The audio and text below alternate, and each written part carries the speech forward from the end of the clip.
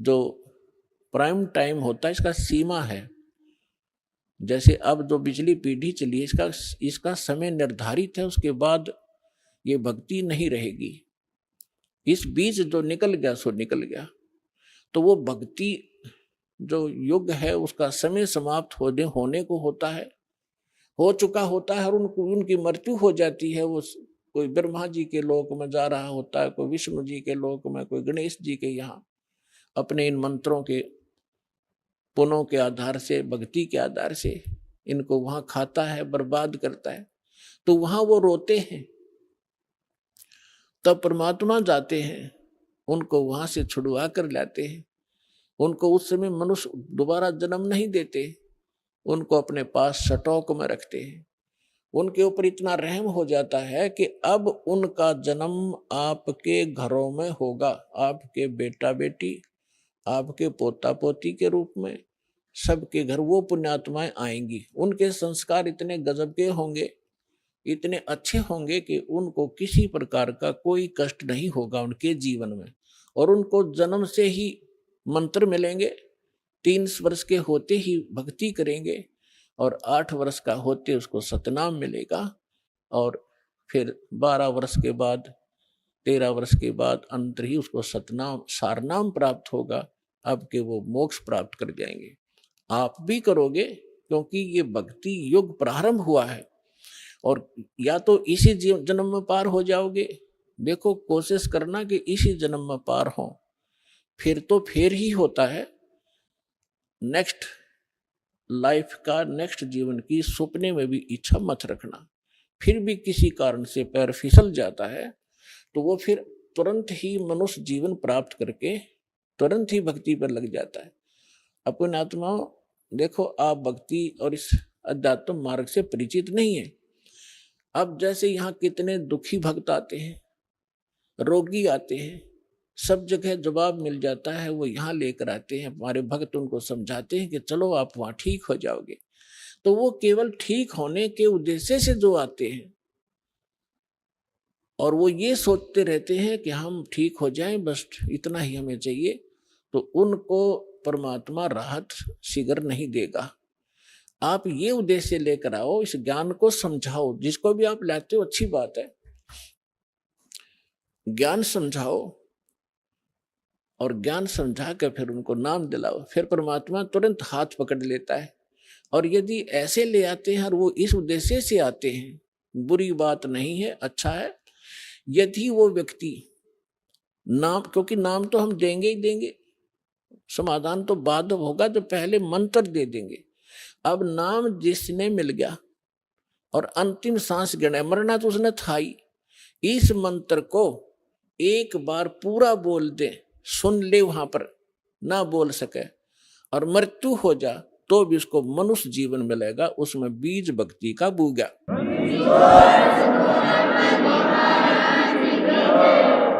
हमने असंग जन्म हो गए, जन्मते मरता ने, धक्के खात्या ने, और अब मनुष्य जीवन प्राप्त होगा तुरंत ही 10वें महीने या सतलोक आश्रम बरवाला में आ लेगा, और उसका फिर जीवन शुरू हो गया।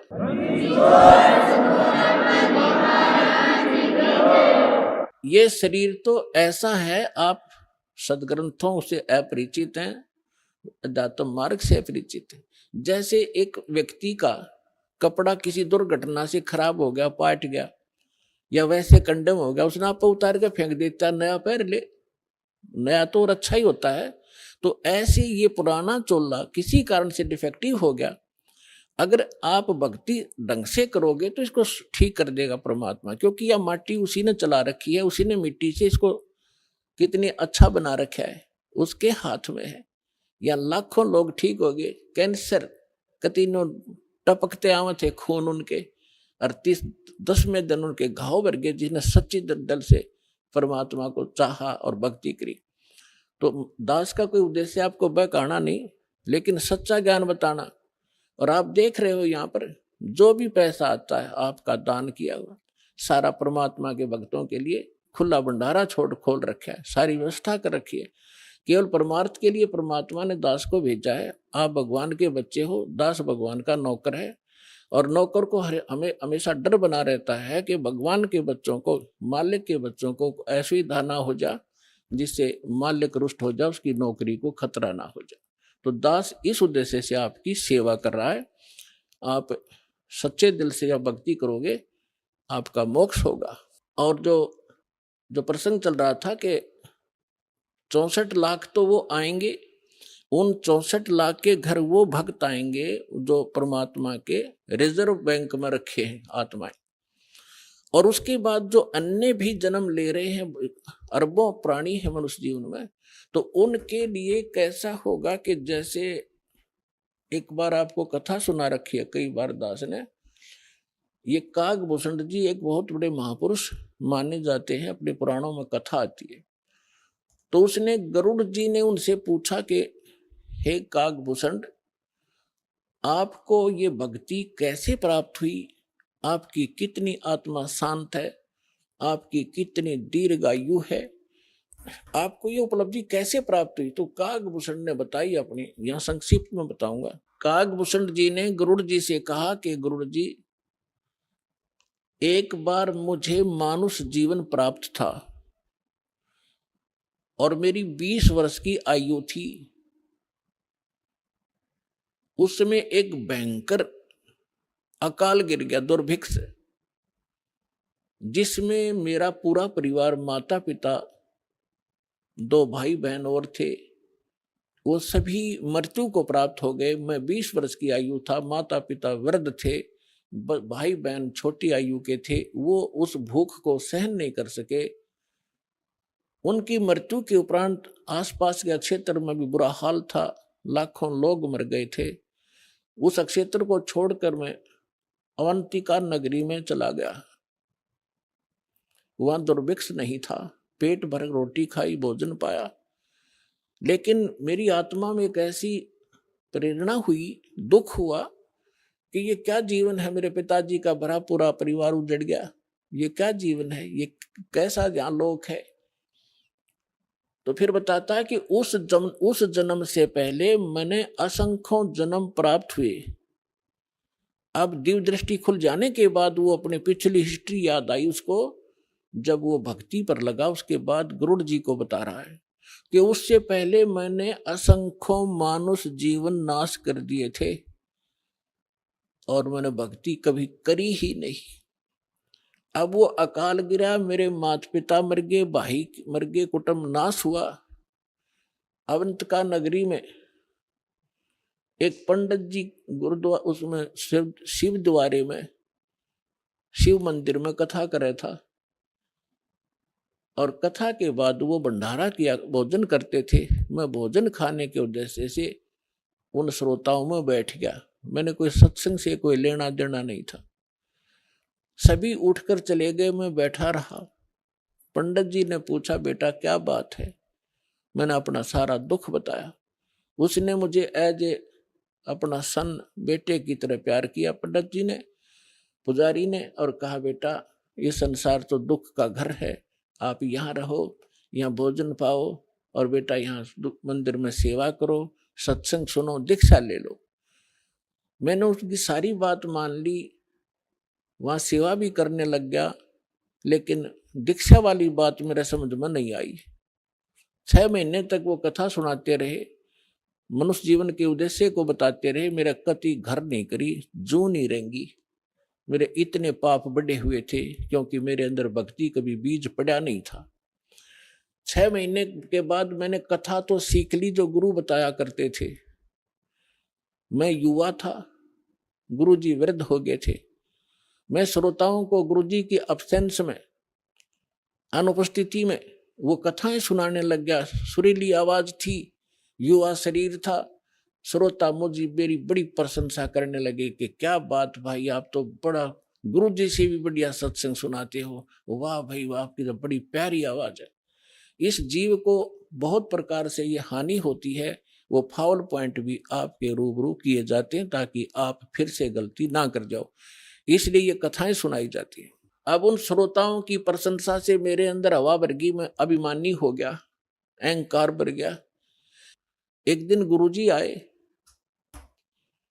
मंदिर में पूजा के उद्देश्य से बाहर से आए और मैं श्रोताओं के बीच में बैठा था, प्रशंसा सुन रहा था।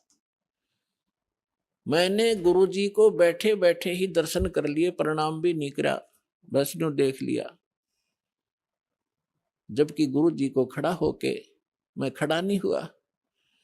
मान बढ़ाई का मारा कि मेरी बेइज्जती हो जाएगी जब मैं खड़ा हो गया था, क्योंकि प्रशंसक सामने बैठे थे।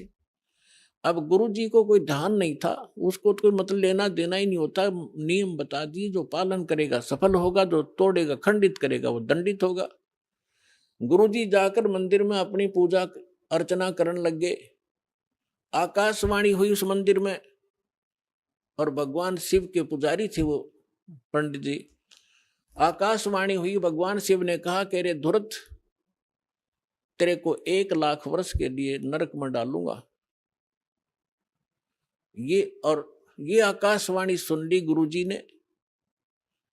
अपने आत्माओं, परमात्मा के कबीर साहब कहते हैं, बहुत प्यारा बालक माँ का। गुरु पिता को अपना बेटा या बेटी बहुत प्यारी होती है, लेकिन माँ को पिता से भी कई गुना और प्रेम बच्चों में होता है, स्वाभाविक है। और कहते हैं गुरु जी को उससे भी 100 गुना होता, माँ से भी ज्यादा 100 गुना प्यारे होते अपने शिष्य। उनके भविष्य के बारे में वो इतना चिंतित रहता है। कहते हैं बहुत प्यारा बालक माँ का, उनसे बढ़कर शिष्य गुरुओं का। तो यहाँ गुरुजी ने जब सुना कि कागभूषण को, उसका नाम कुछ अन्य था, कि भगवान शिव कैसे नाराज हो गए इस बालक पर, क्या गलती की। वो एकदम छोड़कर पूजा को आया कि बेटा क्या गलती की तूने, अक्षमा याचना कर। अरे बालक, दर शिव का ध्याना, ताते बख्शे तेरे प्राण। तो उसने पूछा, तो गुरुजी ने प्रार्थना की, हे भगवान, हे भगवान शंकर, हे महाराज, क्या गलती होगी आपके बच्चे से, माफ करो, बालक है, माफ करो, बालक है। तब आकाशवाणी हुई कि इस धूर्त ने मेरे भक्त की इंसल्ट की है। जब ये गुरु के साथ ऐसा व्यवहार कर सकता है तो मेरे साथ कैसा करेगा। पुण्यात्माओं, परमेश्वर कबीर जी भी कहते हैं कि गुरु गोविंद कर जानियो, रहियो शब्द समाए, मिले जब दंडवत बंदगी, नहीं तो पल पल ध्यान लगावे। गुरु मानुष कर जानते ते नर कहिए अंध, हुए दुखी संसार में फिर आ गए यम के फंद। तो शंकर भगवान ने कहा कि इस धुर्त ने जब ये गुरु की बेइज्जती कर सकता है तो मेरे लोक में आकर ना जाने क्यों धुमसता रहेगा। ऐसे धुर्त की मुझे आवश्यकता नहीं है, इसको नरक में ठोकूंगा 1 लाख वर्ष के लिए। अब गुरुजी ने फिर कई घंटों तक प्रार्थना की, आपका बालक है, बच्चा है, क्षमा करो दाता, कुछ हल्की सजा करो इसकी। तब उसने कहा कि भी देखो, मेरा वचन खाली नहीं जाएगा, जो बोल दिया ये वापस मैं ले नहीं सकता, इसको नरक में तो रहना पड़ेगा, लेकिन वहां यमदूतों से इसको कष्ट नहीं होने दूंगा। अब कागभूषण कहता है, फिर मेरी कुछ समय के बाद मृत्यु होगी, मुझे 1 लाख वर्ष तक नरक में रहना पड़ा, लेकिन वहां यमदूतों ने भगवान शंकर की आज्ञा से मुझे कष्ट नहीं दिया, लेकिन रहना पड़ा नरक में। अब उदाहरण के लिए दास आपको सुनाता है कि जैसे कोई वर्तमान सरकार का मंत्री है और मंत्री का कोई मित्र है, उसकी किसी कारण से जेल हो जाती है, तो वो मंत्री उसको जेल से नहीं छुड़वा सकता। वहां के कर्मचारी अधिकारियों को, जेल सुप्रिंटेंडेंट को कह देगा कि इसको कुछ नहीं कहना है, तो रहेगा जेल में, लेकिन वो उसको सजा कुछ नहीं, उसको दिक्कत कुछ नहीं करेंगे। तो वह सजा तो होएगी, वह दिक्कत हो या ना हो, कहने का भाव ये। तो फिर ये कागभूषण क्या बताता है कि उसके बाद मैं 1 लाख वर्ष यम उस नरक न भोगे के फिर मेरा जन्म हुआ। तो एक लोम, उस समय मेरा भक्ति बीज गिर गया वो उस जन्म में, उससे पहले मेरा भक्ति बीज पड़ा नहीं था। उसके बाद फिर देखो, कहते मेरा जन्म हुआ, भक्ति की प्रेरणा बनी रही, इधर उधर भटकता रहा, संतों के पास गया, और जैसे कुछ संतों से ऐसा वैसा ज्ञान सुना कि भगवान तो निराकार है, निर्गुण है, उसी की भक्ति करनी चाहिए, सरगुण की भक्ति से कोई लाभ नहीं है, ये मेरे आत्मा में अन्य संतों से ज्ञान ग्रहण करके घर कर गई थी। अब बात एक दिन लोमस ऋषि कथा कर रहे थे, वहां जाकर मैं कथा सुनूं था, और लोमस ऋषि जी सरगुण के ऊपर कथा कर रहे थे, सरगुण भगवान के ऊपर। तो मैंने कहा कि ऋषि जी सरगुण तो सब नाश हो जाई, मैं तो हूं निर्गुण का अधिकारी, मुझे तो निर्गुण कथा सुनाओ भगवान की। लोमस ऋषि ने बहुत से प्रमाण दिए कि बेटा सरगुण बिना निर्गुण क्या गावे। अगर भगवान को आपने सरगुण में नहीं देखा तो निर्गुण का क्या लाभ उसका। जैसे वृक्ष बीज के माही है, जैसे वृक्ष बीज के अंदर वृक्ष होता है, जैसे वृक्ष बीज सब ठोरा, जब उग गए तब दिखे मोरा। एक आम का गुठली है और वह गुठली के अंदर वो आम निर्गुण रूप में है, निराकार समझो, जैसे तुम निराकार कहते हो। तो उस निराकार का क्या करेगा, आम का तो ये बता देंगे इस गुठली में आम है, पेड़ है, पूरा पूरा वृक्ष है इसके अंदर, तो इसके बताने से तुझे क्या लाभ हुआ। अब उस बीज को बीजा जावे गुठली को, फिर वो पौधा बने, फिर वो पेड़ बने, और फिर वो आम लगे। तो सरगुण बिना निर्गुण किए गावे। तो भगवान का लाभ जो है सरगुण से ही होगा, निर्गुण के गीत गान तो नहीं होगा। अब कहने लगे मेरे ये उदाहरण बहुत से उन्होंने दिए पर मेरी बुद्धि में ग्रहण नहीं हुए। मैं उनके साथ ऊट पटांग अभद्र तरीके से प्रश्नोत्तरी करता रहा, यानी मजाक तौर पे।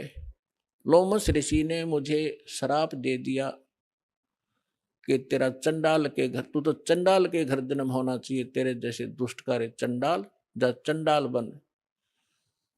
अब मुझे इतना एहसास हुआ कि मेरे से गलती हुई, मैंने क्रोध नहीं माना, और मैं जो भी उन्होंने मुझे फटकारा डांटा, मैं ऐसे मायूस होकर देखता रहा। फिर मैंने हाथ जोड़कर चरण पकड़ के प्रार्थना की है, हे ऋषि जी इस दास को जन्म तो कहीं दे देना, पर एक आशीर्वाद दे दो, मुझसे गलती तो बन ही गई कि मेरे भक्ति की भूल ना पड़े। तब उस ऋषि ने वो आशीर्वाद दे दिया, ठीक है बेटा, जन्म तो तेरा चंडाल काग के घर होगा, लेकिन भक्ति बनी, याद बनी रहेगी भगवान की। तो फिर उसने बताया कि मेरा कागभूषण रूप से एक काग चंड नाम का काग था, देवता, और ब्रह्मा जी की पत्नी अपनी हंसनी को लेकर जो ऋतु पर आई थी उसको गर्भवती कराना था, काग चंड के यहाँ लेगी। उनके संयोग से फिर मेरा जन्म हुआ। ऊपर से मुंह तो मेरा काग का है और नीचे का सारा शरीर देवताओं जैसा मनुष्य का है उसका। तो कहने का भाव दास का ये है। फिर क्या बताया उसने कि फिर जो मुझे आज जो वस्तु मिली, जो भक्ति मिली, एक जोगजीत नाम के संत मिले, ये परमात्मा थे। कहते हैं गोता मारूं स्वर्ग में जा बैठूं पाताल, गरीब दास ढूंढता फिरूं अपने हीरे मोती लाल। कहते फिर जोगजीत नाम के एक संत मिले, वही परमात्मा स्वयं संत रूप में कहीं भी प्रकट हो जाते हैं। तो उन्होंने मुझे वो ज्ञान सुनाया, गुरु जी मैंने कभी सुना नहीं था, लेकिन प्रारंभ में जब मैंने ज्ञान सुना मेरे मन में बड़ा जो है दुख हो रहा था कि ये विष्णु जी और ब्रह्मा जी और शिव जी से ऊपर कोई शक्ति बता रहा है। लेकिन मुझे वो डर था कि संत के साथ बेअदबी नहीं करनी चाहिए, क्योंकि मैं पहले भुगत भोगी था। लोमस ऋषि के साथ मैंने उठपटांग प्रश्नोत्तरी करके मैं बड़ा दुख पाया था। मैं उनसे विवाद नहीं किया, लेकिन नम्रता से प्रश्न करता रहा, मन में फिर करता रहा। अंत में ऐसा समझ में आया भूषण जी, गुरु जी आज मैं जो जिस अतिथि में आज मैं हूँ और जो ज्ञान मुझे प्राप्त है और जो भक्ति मुझे प्राप्त है, शायद किसी को होगी। तो कहने का भाव ये है कि उसमें भक्ति बीज पड़ा कितनी कठिनता से, कि 6 महीने तक ज्ञान सुनता रहा, नाम लेने की नहीं सोची। इतना इतना अंदर हमारे जो पाप कर्म घर कर चुके होते हैं, जो जिन्होंने किसी जन्म में भक्ति ना की हो, और फिर भक्ति की शुरुआत हुई और परमात्मा ने उस आत्मा को अपनी शरण में लेने के लिए सारी क्रिया की। लोमश ऋषि से पहले उसको इतना डरवा दिया, यदि उस समय लोमश ऋषि काकभूषण को वो श्राप नहीं देता, वो डर उसके दिल में ना होता, तो परमात्मा का ज्ञान तो पुण्यात्माओं वो कभी नहीं सुन सकता था। आज आप देखते हो जितने भी पुण्यात्मा यहाँ आए हैं, आपने पहली बार यो ज्ञान सुना होगा तो आपकी सुई कभी 100 पर कभी 0 पर, कभी ऊपर कभी नीचे हुई होगी। ये क्या बक रहा है, कहाँ से ले आई ये ज्ञान? और फिर देखे आपने प्रमाण, अब दांतों तले उंगली दबा रहे हो आप। तो कैसे कहते हैं 100 छल छिद्र मैं करूं अपने जन के काज। तो आपके ऊपर जो रहम परमात्मा का है ये विशेष है। जो दास कहना चाह रहा था, आपको ये यथार्थ ज्ञान समझाने के लिए ये प्रमाण उदाहरण दिया है। आप जी पुण्यकर्मी प्राणी हैं, पूर्व जन्म के मनुष्य थे, आपके अंदर भक्ति की आस्था विद्यमान थी, आपने शीघ्र ग्रहण कर लिया। और जो आपके घरों में अब संतान आएंगी वो भगवान के कोटे से आएंगी, बहुत अच्छी होंगी, उनकी तो आपने भविष्य की चिंता करने की जरूरत नहीं रहेगी।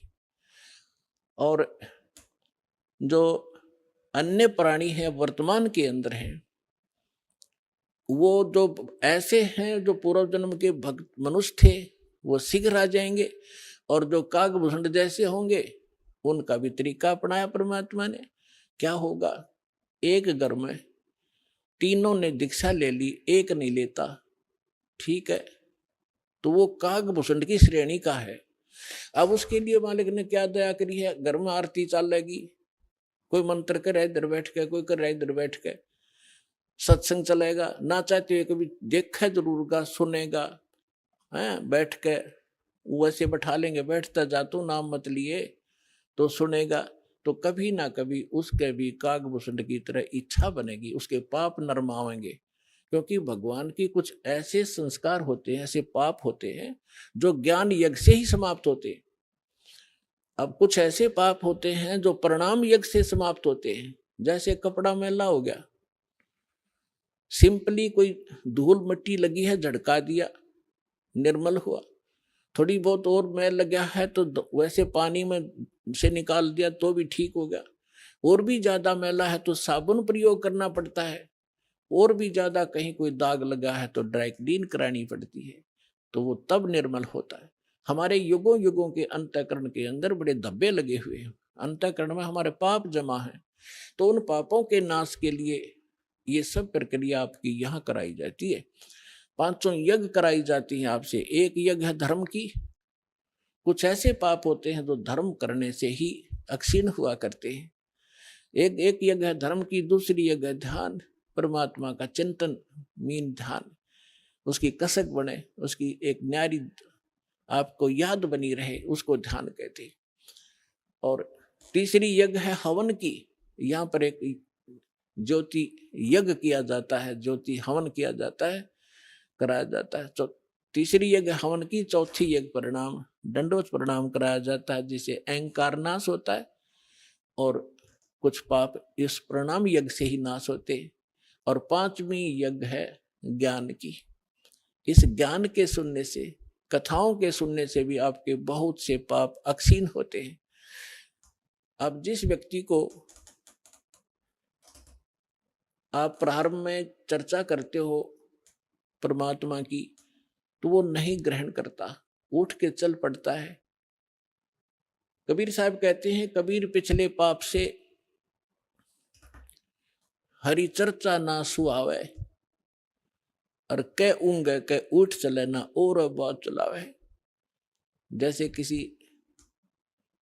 कर्महीन प्राणी से, संस्कारहीन प्राणी से आप भगवान की चर्चा करने लगते हो, और वो आपका विशेष मित्र भी हो, विशेष नाती भी हो। अब जो ऐसा वैसा व्यक्ति होगा तो 2 बात सुनते उठकर चला जाएगा, ठीक है मैं फिर आऊंगा, मुझे काम जरूरी है, क्योंकि उसको वो अच्छा नहीं लग रहा, उसको सुहा नहीं रही। और कोई ऐसा मित्र होगा कि उठ नहीं सकता तो नींद आने लग जाएगी, लटके लेगा थोड़ी देर में। या फिर कोई विषय बदल देगा कि सुन मेरी बात सुना, सा है वहां फलाना था, सा फलाना था, वहां जाना है, वहां चलेगा। वो सुन ही नहीं सकता, क्योंकि उसको वो अच्छा नहीं लग रहा। तुलसीदास जी कहते हैं, तुलसी पिछले पाप से हरि चर्चा ना भावे।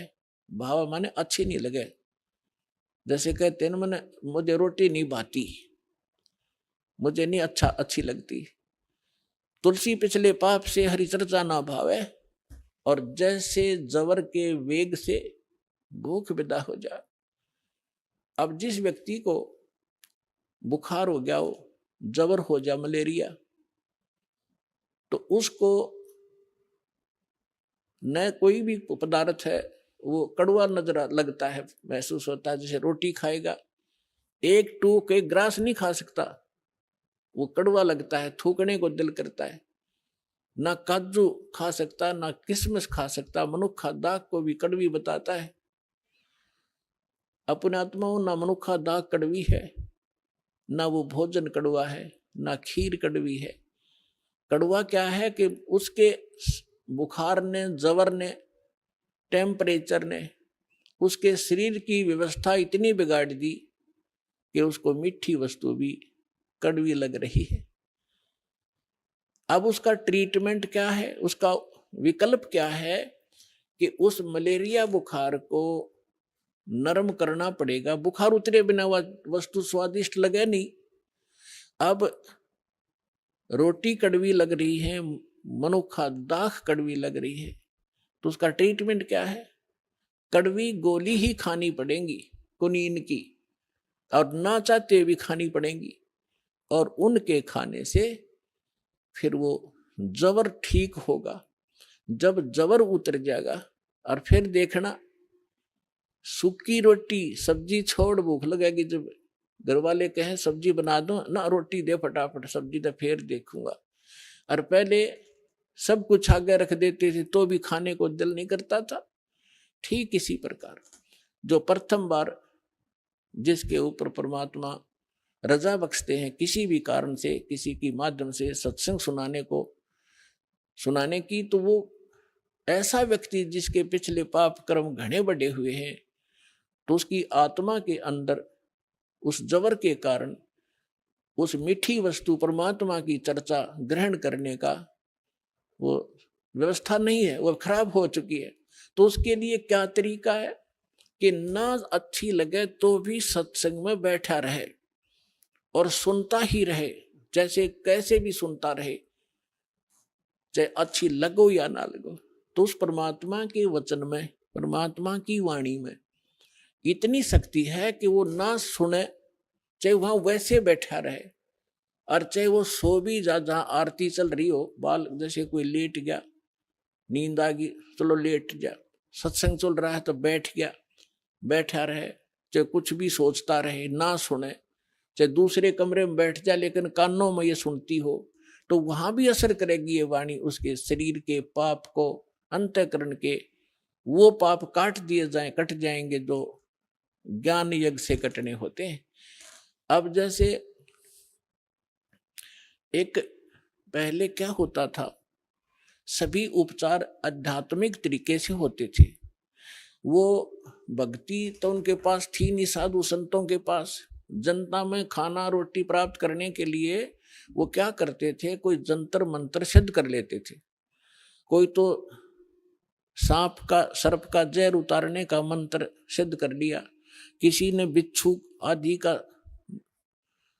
जो जहर विष उतारने का मंत्र सिद्ध कर लिया, किसी ने कोई झाड़न का मंत्र सिद्ध कर लिया। ये कोई मोक्ष मार्ग तो नहीं था उनके पास, पर ऐसे सिद्धि कर लेते थे। तो जैसे एक सर्प का विष उतारने वाला व्यक्ति एक मंत्र सिद्ध कर लेता है, और जिसको सर्प ने डस रखा है, वो अचेत पड़ा है, बेहोश पड़ा है। और वो जो सर्प का विष उतारने वाला व्यक्ति एक मंत्र बुदबुदाता है, बोलता है।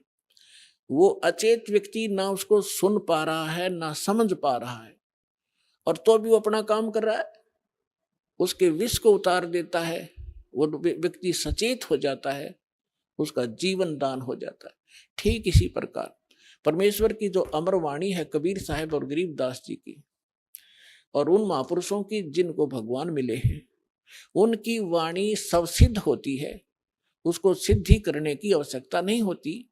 और उस वाणी का उच्चारण जहां भी हो रहा हो, वहां चींटी पर भी, पशु पक्षियों पर भी, पेड़ पौधों पर भी उनका असर हो रहा है।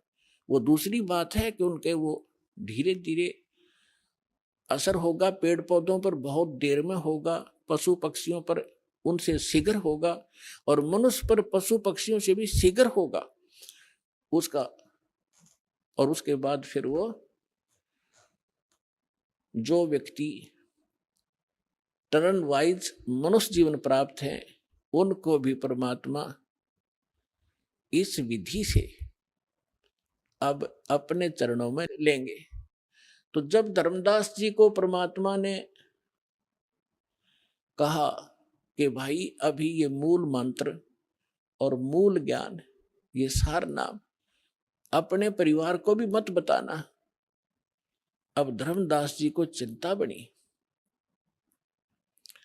धर्मदास जी ने कहा, चिंता बनी कि हे भगवान, मेरे को आपने 42 वंश का आशीर्वाद दे दिया।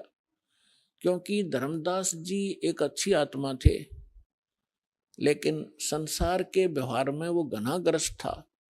पहले उनको एक पुत्र था नारायण दास, और नारायण दास निकम्मा था, काल का दूत था।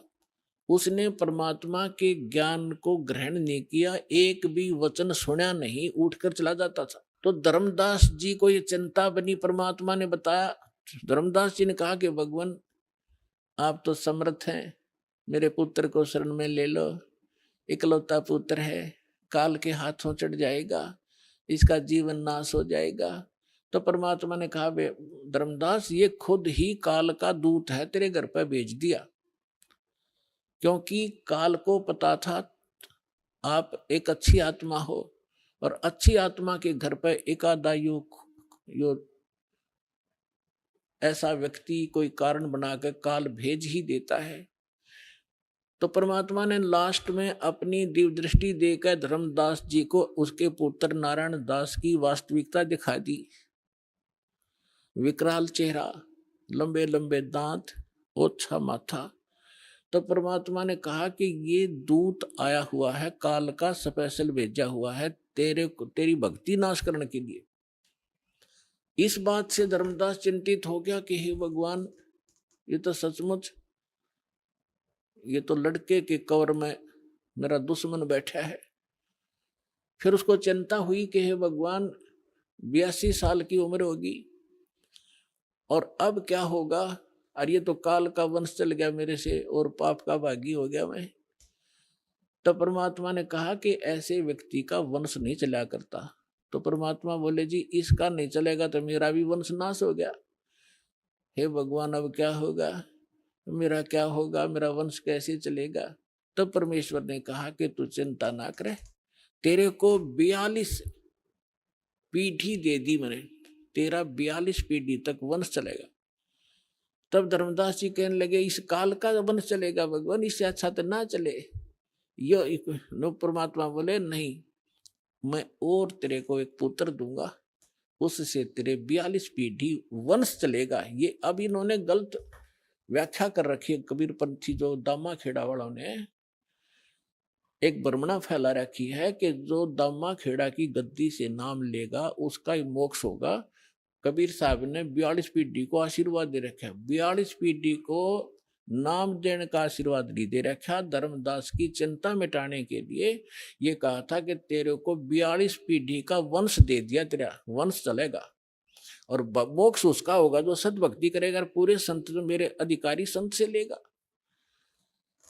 तो फिर उसको 10 महीने के बाद एक चूड़ामणि उर्फ मुक्तामणि नाम का एक पुत्र उसकी पत्नी से जन्म हुआ परमात्मा के आशीर्वाद से। उनसे फिर उनकी ये 42 वंश चले। फिर धर्मदास जी को चिंता हुई। परमात्मा ने कहा कि अपने वंशजों को भी ये मूल ज्ञान नहीं बताना, मूल मंत्र नहीं बताना, सार नाम नहीं देना। अब धर्मदास जी ने फिर कलेजा पकड़ लिया और बैठ गया चिंता करके। परमात्मा बोले क्या बात होगी भक्त? कहने लगे क्या बताऊं गुरु जी, क्या बताऊं भगवान, आपने तो ऐसी प्रतिज्ञा करा दी कि मेरे वंशजों को भी नाम नहीं देना, सार नाम नहीं देना। सार नाम बिन मुक्त नहीं हो सकते, सतनाम भी नहीं बताना। आप कह रहे हो कि पहला पहला मंत्र देना, इनका मुक्ति क्यों करोगी भगवान? तब परमात्मा, लाला जी था वो सेठ, धर्मदास जी बनिए के घर जन्म था उसका, वैश्य था। अब टोटे नफे को घनासी घर समझा था वो, तो उसको चिंता बन गई है, भगवान वंश तो दे दिया आपने, इनका ये पार क्यों करोगे? तब परमात्मा ने कहा कि तू चिंता ना करे। जब कलयुग के अंदर आगे चल के धर्मदास में एक भक्ति समय आवेगा और उस समय सभी पार होंगे और मैं फिर आऊंगा और तेरे वंशजों को जो मंत्र दे दिया और ये मेरी वाणी पढ़ते रहेंगे ज्ञान यज्ञ, इससे भी मानव शरीर प्राप्त हो जाते हैं, लेकिन मोक्ष नहीं होगा। तो आप ये प्रथम मंत्र अपने वंशजों को, तेरे वंशजों को प्रथम मंत्र देंगे और ये वाणी मेरी वाणी का पाठ करते रहेंगे, इससे इनको मानव शरीर प्राप्त होते रहेंगे। तब धर्मदास जी ने कहा जी फिर मानव शरीर का क्या बनेगा? जब सार नाम नहीं मिला, सतनाम नहीं मिला था, तो ज्ञान से परिचित हो चुका था वो। तब परमात्मा ने कहा कि आगे चल के जब ये भक्ति योग शुरू होगा तब मैं फिर आऊंगा और फिर तो सारी सृष्टि को पार करूंगा, तेरे बच्चे भी पार होंगे, तेरे वंशज भी पार होंगे। अब क्या बता रहे परमात्मा के धर्मदास, एक बार मेरा और इस काल का, यहाँ के किस ब्रह्मांड के मालिक ब्रह्म का एक संवाद हुआ था। इसने मुझसे प्रतिज्ञा करा ली थी कि 3 युगों में जीव थोड़े ले जाना और चौथे युग में आप कितने ही जीव मुक्त करा लेना। तो मैंने इसको तथा वस्तु कर दी थी, ठीक है जो तू कह रहा है वो मुझे स्वीकार है। तो फिर क्या बताया परमात्मा ने कहा कि फिर मैंने उससे कहा था कि जब चौथा युग, जब कलयुग आई तब हम अपना अंश पठाई। जब चौथा युग कलयुग शुरू होगा, कलयुग आवेगा, उस कलयुग की जो बिचली पीढ़ी होगी, बिचली पीढ़ी का समय बताया है परमात्मा ने कि कब ये भक्ति स्टार्ट होगी। बिचली पीढ़ी कहाँ से स्टार्ट होगी? जब कलयुग बीते 5500 पाचा, तब ये वचन मेरा होगा साचा। तो कलयुग जो है 1900, जो 5505 कलयुग कब बीता है? 1997 से। और 1997 में इस दास को परमेश्वर कबीर जी प्राप्त मिले थे। उन्होंने कहा था कि अब ये सार नाम और सतनाम बेटा सार्वजनिक कर देना, मैं तेरे साथ रहूंगा, पूरा विश्व हमारे साथ होगा, सबका कल्याण करेंगे।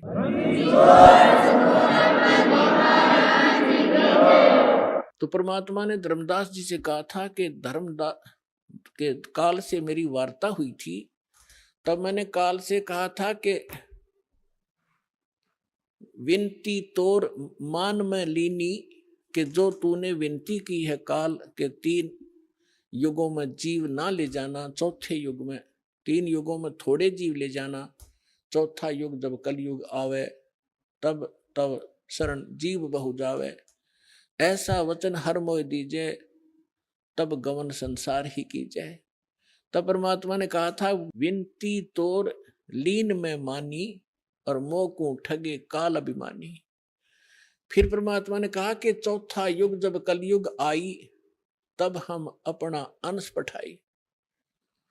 जब चौथा युग कलयुग आवेगा तब हम अपना अंश अपनी प्यारी आत्मा को भेजूंगा। अब उसको ये कहे कि मैं आऊंगा या ऐसे आऊंगा तो वो काल नहीं समझ पावा था। इसलिए परमात्मा कहते हैं सौ छल छिद्र मैं करूं अपने जन के काज। तो क्या बताया था कि चौथा युग जब कलयुग आई तब हम अपना अंश पठाई। काल फंद छूटे नरलोई, काल का फंद काल का बंधन छूटे नरलोई, सब नर नारियों का ये बंधन छूटेगा और सकल सृष्टि परवानिक होई। पूरा विश्व मंत्र लेगा, परवानिक माने दीक्षित होगा।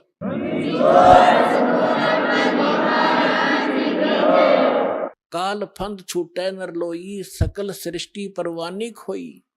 और घर घर देखिए बोध विचारा, और सत नाम सब ठोर उचारा।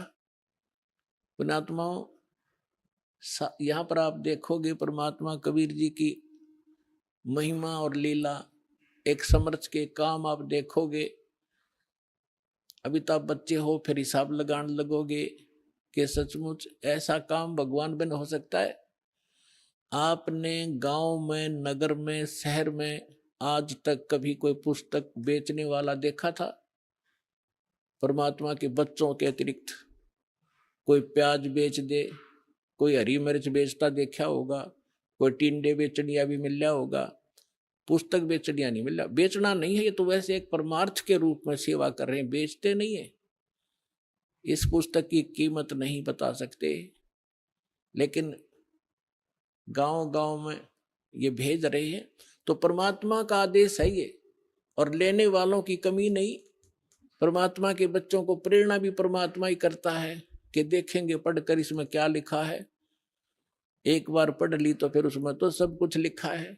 फिर तो सतलोक आश्रम बरवाला जिला इशारा कर रुकेगी वो आत्मा, जो पुस्तक न पढ़ लेगी तो ज्ञान गंगा ने। तो परमात्मा क्या बोला था उस समय 600 वर्ष पहले पुण्यात्माओं, उसका एक एक वचन 100 का 100 सत्य होगा। किसी डूम बाट के गीत नहीं, समर्थ का वचन है, जिसके एक वचन से सूर्य और पृथ्वी और सब ब्रह्मांड चल रहे हैं। पृथ्वी एक सेकंड का भी आगा पीछा नहीं करती। अरबों वर्ष हो गए इसने घूमती ने, कोई लुब्रिकेशन नहीं, कोई इसकी मेंटेनेंस नहीं, और कोई इसको घुमाने वाला नहीं। उस समर्थ के वचन से ये चल रहे हैं, सब ब्रह्मांड रुके हैं। उस ब्रह्मांड, उस समर्थ का ये वचन है कि घर घर देखो बोध विचारा। बोध माने ज्ञान, भक्ति मार्ग का घर घर में चर्चा चलेगी मेरे ज्ञान की, और सत नाम सब ठोर उचारा। ओए होए, सतनाम का सब घर घर देखो बोध विचारा। घर घर में परमात्मा की चर्चा चलेगी, बच्चा बच्चा उसके गुणगान करेगा, और सब जगह परमात्मा के सतनाम का, 2 अक्षर के नाम का जाप हुआ करेगा। अब देखो पुण्यात्मा, हलवा बनावे हम, और महक जाओ पड़ोसियां के भी, यानी उनको कितना अच्छा लगता है, उनको भी आनंद आता है उस हलवे की महक से, सुगंध से, जो गंध जाती है सुगंध। तो इसी प्रकार मंत्र करोगे जाप आप, और आनंद आओगा दूसरे साथ बैठे ने भी। अब वो लाभ तो नहीं ले सकता जो हलवा बनाने वाला, जो घर में हलवा बना रहा है, वो हलवा खाकर आनंद ले रहा है, और पड़ोसी ने केवल महक महक प्राप्त होगी, और उस वो भी अच्छी है। एक तो घर में दारू काट है, शराब बनाओ तो पड़ोसी का भी नशा हो, गुंडा लग गया, उसने छींक आवे। अरे घर में हलवा बने तो पड़ोसी तो अच्छी ही वो जाती है उसकी संदेश। तो इसी प्रकार जो सुमन करोगे, वो तो हलवा तो आप खाओगे, लेकिन उसकी महक पड़ोसी को भी आभास होगा उसको। तो इस प्रकार इस परमात्मा का मंत्र घर घर में चलेगा। कोई बस में बैठे जाते हो, ट्रेन में बैठे हो, कोई सिमरण कर रहा श्वास का, कोई कर रहा प्रथम मंत्र मन मन में, तो पास में बैठे यात्रियों के भी उसका प्रभाव पड़ेगा, और एक ना एक दिन उनके पाप नाश होंगे वो, और आत्मा जागेगी। इस प्रकार से परमात्मा ने पूरे विश्व को, अपने बच्चों को शरण में लेना ही लेना है। चाहे आज कोई हिंदू है, चाहे कोई मुसलमान है, चाहे सिख है या ईसाई है, हम बगैर ज्ञान के बढ़ते चले गए। अब हमें पता चलेगा आज मृत्यु होगी, हम हिंदू हैं कल मृत्यु हो जाए। हम अमेरिका में पैदा हो गए, ईसाई का झंडा उठा लिया है, और फिर मृत्यु हो गई, हम मुसलमान का, फिर मुसलमान का झंडा उठा लिया। हम हैं कौन, हम आए कहाँ से हैं, मनुष्य जीवन का उद्देश्य क्या है, तो ये इस तत्व ज्ञान से पता चलेगा। फिर क्या बताया परमात्मा ने कि कलयुग बीते 5500 पाचा, तब ये मेरा वचन होगा साचा। 600 वर्ष पहले ये बात कहना कि घर घर में मेरे ज्ञान की चर्चा होगी और मेरा ही ज्ञान रहेगा, पूरा विश्व मेरी भक्ति करेगा धर्मदास, तो धर्मदास का गलेवा उतरे नहीं थी। तो परमात्मा ने कहा कि कलयुग बीते 5500 पाचा, तब ये वचन मेरा होगा साचा। कलयुग बीत जावे जब एता, और सभी जीव परम पुरुष पद चेता। ओए होए होए, आप पुण्यात्मा जो इस ज्ञान से परिचित हो चुके हो, उनका तो यह बात बिल्कुल समझ में आएगी 100% तुरंत। आप क्या देख रहे हो, आज से पहले आपने ज्ञान गंगा सुनने से पहले परम पुरुष का ज्ञान नहीं था, आपने केवल अपने ही देवी देवताओं का ज्ञान था, और स्वर्ग लोक तक हम उत्तम स्थान मान्या करते। एक ये राधा स्वामी पंथ है जो गुरु नानक देव जी के और कबीर जी की वाणी को पढ़ पढ़ा के कहीं की ईंट कहीं का रोड़ा जचा गए, ये सतलोक सचखंड और सतनाम ये बताने लगे थे। इन्हें कख नहीं पता, कैख है भी नहीं पता भक्ति मार्ग। ये क्या बताते हैं, सतलोक में परमात्मा निराकार है, चेतन ही चेतन है, प्रकाश ही प्रकाश है। और फिर सतलोक का कैसा है, सतनाम क्या है, सार नाम क्या है, सार शब्द क्या है, सतलोक क्या है, सतपुरुष क्या है, इनके परम धनी के वचन है शिवदयाल जी के, जिससे युवराधा स्वामी धन धन सतगुरु सच्चा सौदा जनो दादा जय गुरुदेव निरंकारी परंकारी जितने पंथ हैं ये उसी से निकले हैं, उसी के आधार से। वो क्या बताता है कि वही सतनाम है, सतनाम वही सतपुरुष है, सतनाम ही, और सतनाम ही सतलोक है, सतनाम ही सार शब्द है, सतनाम ही सतपुरुष है, सतनाम ही सार नाम है। कख है इनको पता। तो अब कहते हैं परमात्मा ने कहा है कि कलयुग बीत जावे जब एता, और सभी जीव परम पुरुष पद चेता। ओए है परम पुरुष, गीता जी अध्याय नंबर 15 के श्लोक नंबर 16 और 17 में 3 पुरुष हैं। एक सरपुरुष, यह ब्रह्म है 21 ब्रह्मांड का स्वामी, और एक अक्षर पुरुष जो 7 संग ब्रह्मांड का मालिक है। ये दोनों परम पुरुष नहीं है, इसलिए गीता अध्याय नंबर 15 के श्लोक 17 में तुरंत कहा है कि उत्तम पुरुष है तू अन्य परमात्मा इति उदाहरते, ये लोग तरम अविश्य विवर्ती अवैश्वर है, कि वो परम पुरुष तो कोई और है। उत्तम पुरुष, उत्तम माने श्रेष्ठ, परम माने श्रेष्ठ, परम पुरुष उत्तम पुरुष श्रेष्ठ पुरुष, पुरुष माने परमात्मा, वो तो कोई इन दोनों से भी अन्य है, सरपुरुष और अक्षर पुरुष से। और वही तीनों लोकों में प्रवेश करके सबका धारण पोषण करता है। गीता अध्याय नंबर 18 के श्लोक 62 में कहा कि अर्जुन तो सर्वभाव से उस परमेश्वर की शरण में जा। एक ईश, एक ईश्वर, एक परमेश्वर। ईश ये सरपुरुष है और ईश्वर ये अक्षर पुरुष है। परमेश्वर वो परम अक्षर पुरुष है, परम अक्षर ब्रह्म है। तो उस परमेश्वर की शरण में जा, उसकी कृपा से ही तू परम शांति को और सनातन परम धाम को प्राप्त होगा। सनातन शाश्वतम स्थानम, सदा रहने वाले अविनाशी स्थान को प्राप्त होगा। गीता अध्याय नंबर 15 के श्लोक नंबर 4 में कहा कि तत्वदर्शी संत की प्राप्ति के उपरांत उस तत्व ज्ञान रूपी शस्त्र से अज्ञान रूपी अंधकार को काटकर उसके पश्चात परमेश्वर के उस परम पद की खोज करनी चाहिए, जहां जाने के बाद साधक फिर लौटकर संसार में कभी नहीं आते। और जिस परमेश्वर ने सारे ब्रह्मांडों की रचना की है, केवल उसकी भक्ति करो और सब भक्ति त्याग दो।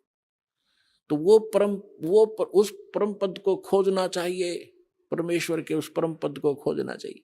तो यहां परमात्मा वही बात कह रहे हैं कि कलयुग बीत जावे जब एता, और सब जीव परम पुरुष पद चेता, उस परम पुरुष के उस परम पद की के सभी परिचित हो जाएंगे, उसके सभी ज्ञाता हो जाएंगे कि कोई सतलोक है जहां परमात्मा रहता है, वहां जाने से हमारे को सब सुख मिलेंगे, जन्म और मृत्यु का ये झंझट मिटेगा। अब यहाँ तो आमा संग जन्म हो गए भटकता ने, मरते और जन्मता ने। सारा जीवन संपत्ति जोड़ने में लगे रहते हैं, 1 मिनट में मृत्यु हो जाती है, वो जोड़ा जाड़ा यहीं रह जाता है, आप गधा बनकर कुम्हार के घर खड़ा होता है। ये कोई सांग है, कोई जीवन है? क्या लक्ष्य लेकर जी रहे थे हम? तो यहां पता चलेगा कि सब जीव परम पुरुष पद चेता, उसके परिचित होंगे, उसके ज्ञाता होंगे कि सचमुच वहां जाने से पीछा छूटेगा। जैसे आपकी मृत्यु हुई, फिर जन्म हुआ, परिवार बन गया, कैसा अच्छा लग रहा है, बहुत अच्छा। और 1 मिनट का भरोसा नहीं, क्या बिजली गिर जाए पूरा परिवार नाश हो जाए, किन कारणों से? तो परमात्मा ने कहा कि यहां से तो आपने जाना ही पड़ेगा, जाना पड़ेगा, लेकिन ऐसी भक्ति करो, ये भक्ति, और यहां से पुनर्जन्म की इच्छा मिटाओ। जहां आशा ता बासा होई, मन कर्म वचन सुमरियो सोई। अब भक्ति करो जब तक यहां हो अपना यहाँ की, क्योंकि हम यहाँ रह रहे हैं तो हमारा ये कर्तव्य कर्म यहाँ भी करने पड़ेंगे। लेकिन अब जो काम आप जिस उद्देश्य से करते थे, माया संचन करने के लिए, कोठी गार्डन खातिर, या थोड़ी सी स्पीड कम कर दो। और किस लिए कर रहे हो? बच्चों का ब्याह करना पड़ेगा, लड़की होगी 2, कैसे ब्याह होंगे, दहेज देना पड़ेगा। नहीं, कुछ ही दिनों में ये सभी समाप्त करेंगे। कोई दहेज ना लेगा ना देगा, लेगा ही नहीं कोई। उसको पता चलेगा क्यों ऋणी बना मैं, आज मैं पैसा ले रहा हूं, कल मैं इसका गधा बनकर पूरा करूंगा, बैल बनकर करना पड़ेगा, कोई भैंस गाय बनकर इसके घर बंधना पड़ेगा, क्यों सिर में दर्द करा।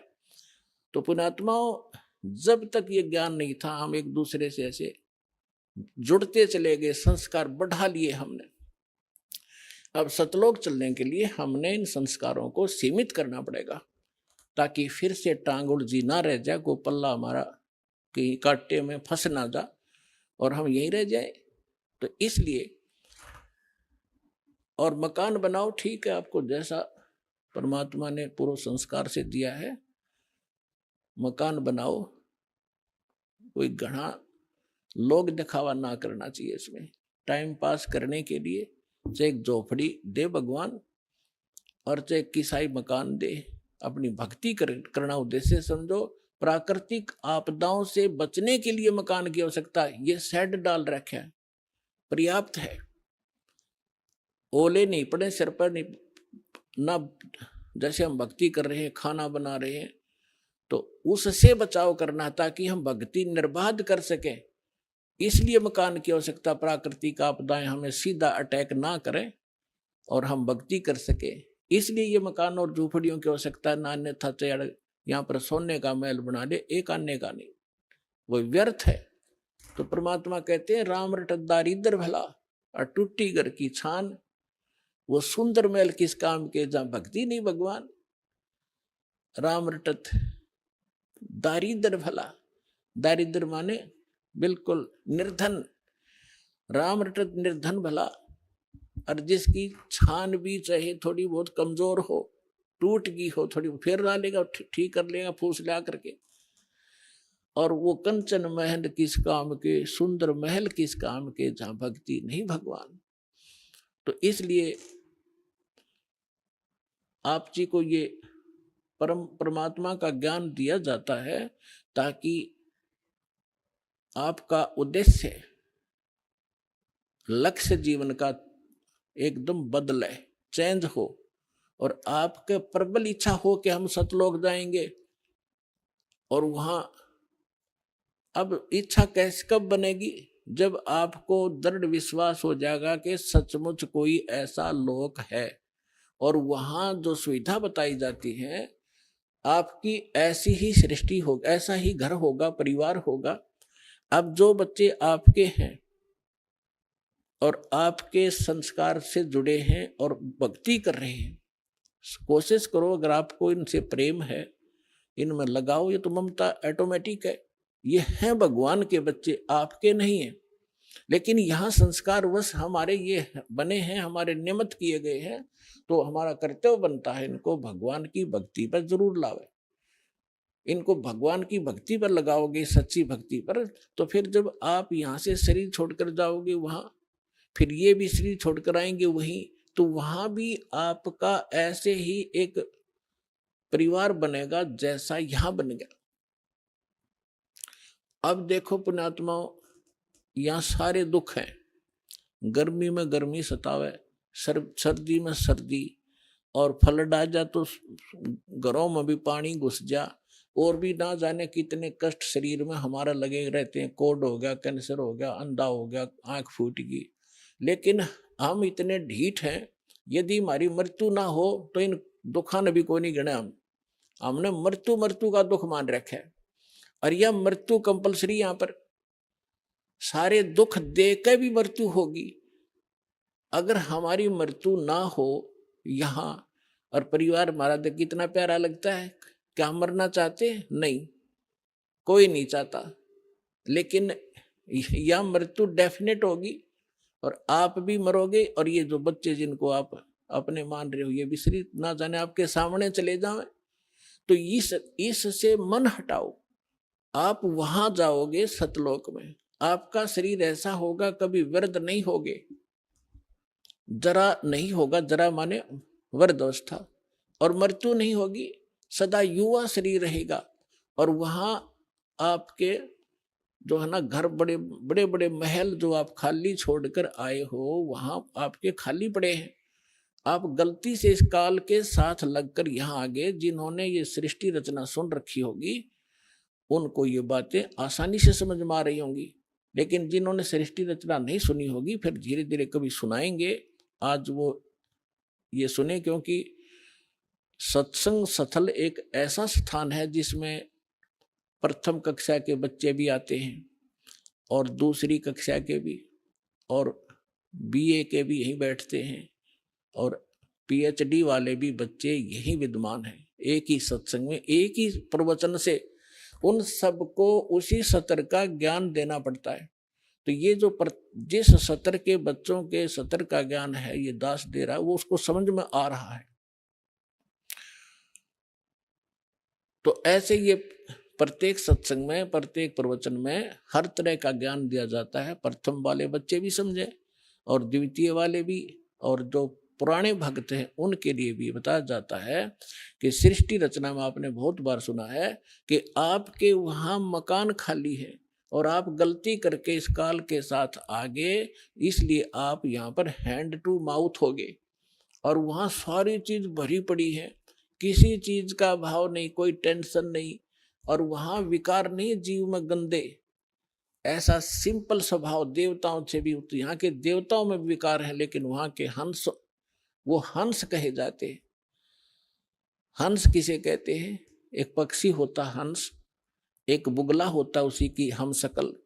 लेकिन उनका पता कब चलता है? जब दोनों सरोवर के ऊपर हों। बुगला खाता है मच्छी, कीड़े मकोड़े, गोगे, और हंस खाता केवल मोती। वो कीड़े मकोड़े नहीं खाता, मछली नहीं खाता।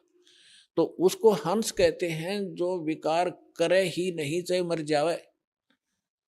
और हंस का एक और गुण बताया है कि उसके सामने दूध रख दिया जाए, जिसमें 1 गिलास पानी 1 गिलास दूध डालकर रख दे मिला के, वो दूध ग्रहण कर लेगा और जल न छोड़ देगा उस पात्र में, जो का तो रह जाए। उसमें ऐसा गुण दिया मालिक ने। तो जिन्होंने दूध और पानी भिन्न भिन्न कर लिया इस ज्ञान के आधार से कि ये लोक कैसा है, यहाँ का जीवन कैसा है, और सतलोक में जो बताया जा रहा है वो कैसा है, तो वो भिन्न भिन्न कर लिया, इस जल को छोड़ दिया, दूध ग्रहण कर लिया, उसको हंस कहते। तो वह हंस कहे जाते हैं। आदमी अपने ही जैसे हैं, आकार ऐसा ही है, उनका शरीर वह बहुत तेजों में है। 16 सूर्य जितना प्रकाश एक वहां रहने वाले भक्त और भक्तनी का है। परमात्मा के शरीर का जो वहां प्रकाश है, एक रोमकूप में करोड़ सूर्य मिला दे, करोड़ चंद्रमा, ऐसी रोशनी है। परमात्मा सक्षम है, समर्थ है। जीव अलग है, परमात्मा भिन्न है। परमात्मा सर्वशक्तिमान है, जीव की एक सीमित पावर है, और सीमित उनका सब क्रियाएं हैं। परमात्मा की क्रियाएं असीमित होती हैं। जो जीव और ब्रह्म एक बताते हैं वो भूले हुए प्राणी हैं, वो अज्ञानी आत्माएं, हमको कुछ भी ज्ञान नहीं। अब जो प्रसंग चल रहा है, जैसे एक भक्त मिला इस दास को। मैंने उसको, पहले की बात है जब बहुत कम ही संगत होती थी, ऐसे हम दास भी किसी को पकड़ लेता था जान पहचान के को, आजा बैठ जा तुझे एक बात बताऊंगा, ज्ञान सुनाने लगा। अब वो अच्छी आत्मा था वैसे तो, सुनता रहा, सारी सृष्टि रचना सुनाई। एक दिन, 2 दिन, तीसरे दिन जब वो आया, वो कह लगा भाई बात सुन भगत जी, मैं आपकी बात ऐसी है मेरे हृदय में लग गए और मेरा सरसा होता है इनका, और मैं ऐसा व्यक्ति हूं, मैं जौन से काम पर लगता हूं, पक्की धुन का आदमी हूं, मैं उसको करके छोड़ूंगा, छोड़ता हूं, बीच में नहीं छोड़ता। और मैं नाम लूं को नहीं, मैं नहीं लूंगा आपसे मंत्र। माँ के बात भाई क्यों नहीं लेगा कि मैंने मंत्र ले लिया, मैं तो सिर धड़की बाजी लगा के काम किया करता हूँ। अगर आप ये वीडियो YouTube पर देख रहे हैं तो हमारे चैनल को सब्सक्राइब करें और बेल आइकन को दबाना ना भूलें। अगर आप Facebook पर ये वीडियो देख रहे हैं तो हमारे पेज को लाइक करें।